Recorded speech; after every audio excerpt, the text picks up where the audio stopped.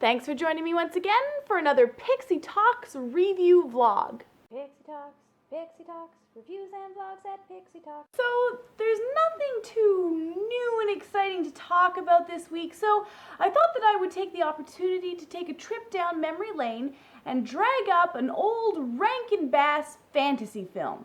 You may remember that my all-time favorite movie is the Rankin Bass version of The Hobbit from 1977.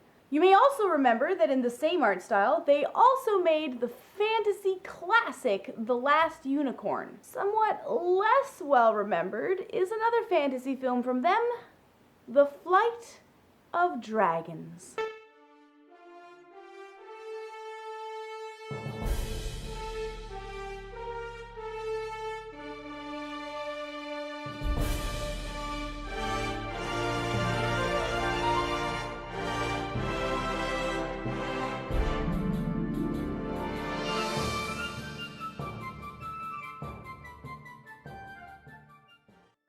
Dragons is loosely based on two different novels, The Flight of Dragons and The Dragon and the George.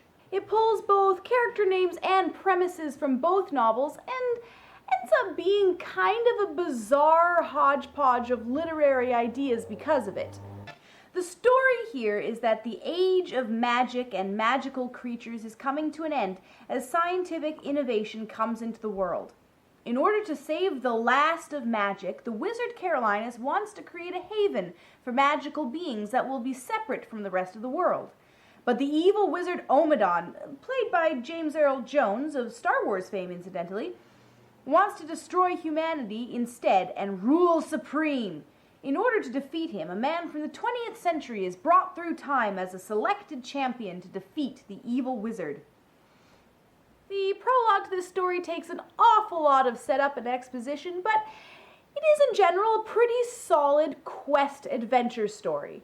It does suffer from some really strange moral inconsistencies, however, that are pretty interesting to note.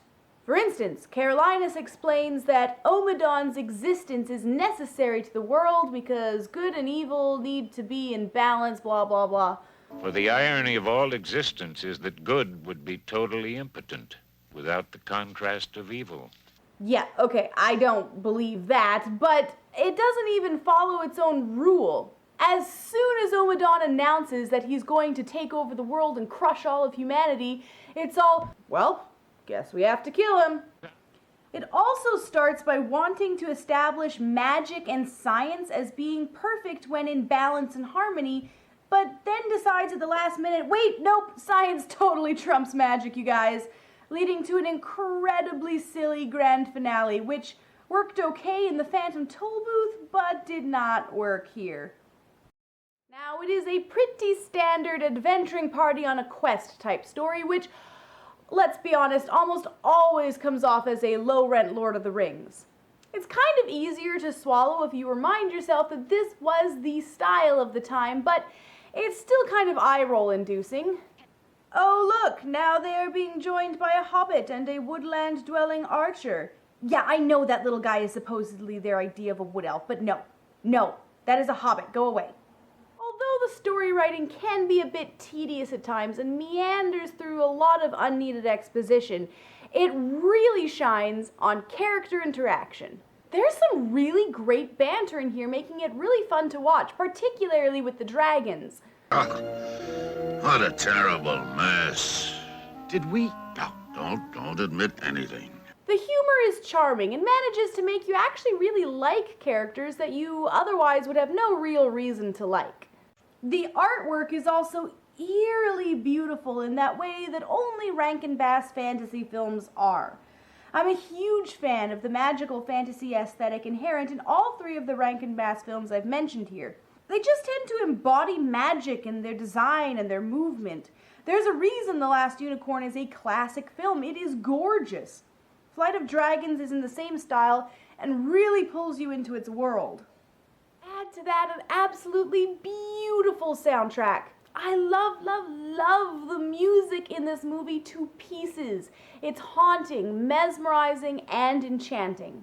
It's certainly not a perfect film, and there's definitely good reason why it's not nearly as well remembered as The Last Unicorn. but it's a pretty neat example of 80s fantasy and a fun little adventure.